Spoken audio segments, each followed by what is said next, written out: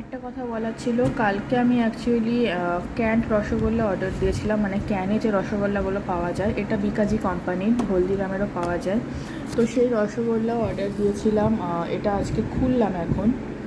এই যে ছোট্ট ছোট্ট রসগোল্লা থাকে ক্যান রসগোল্লাতে।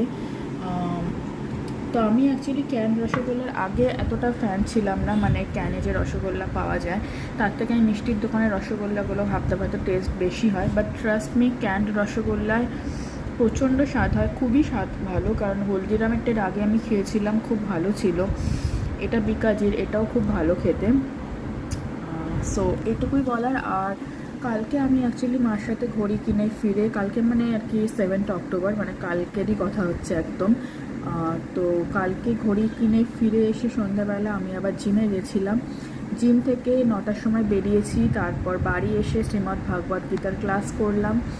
আর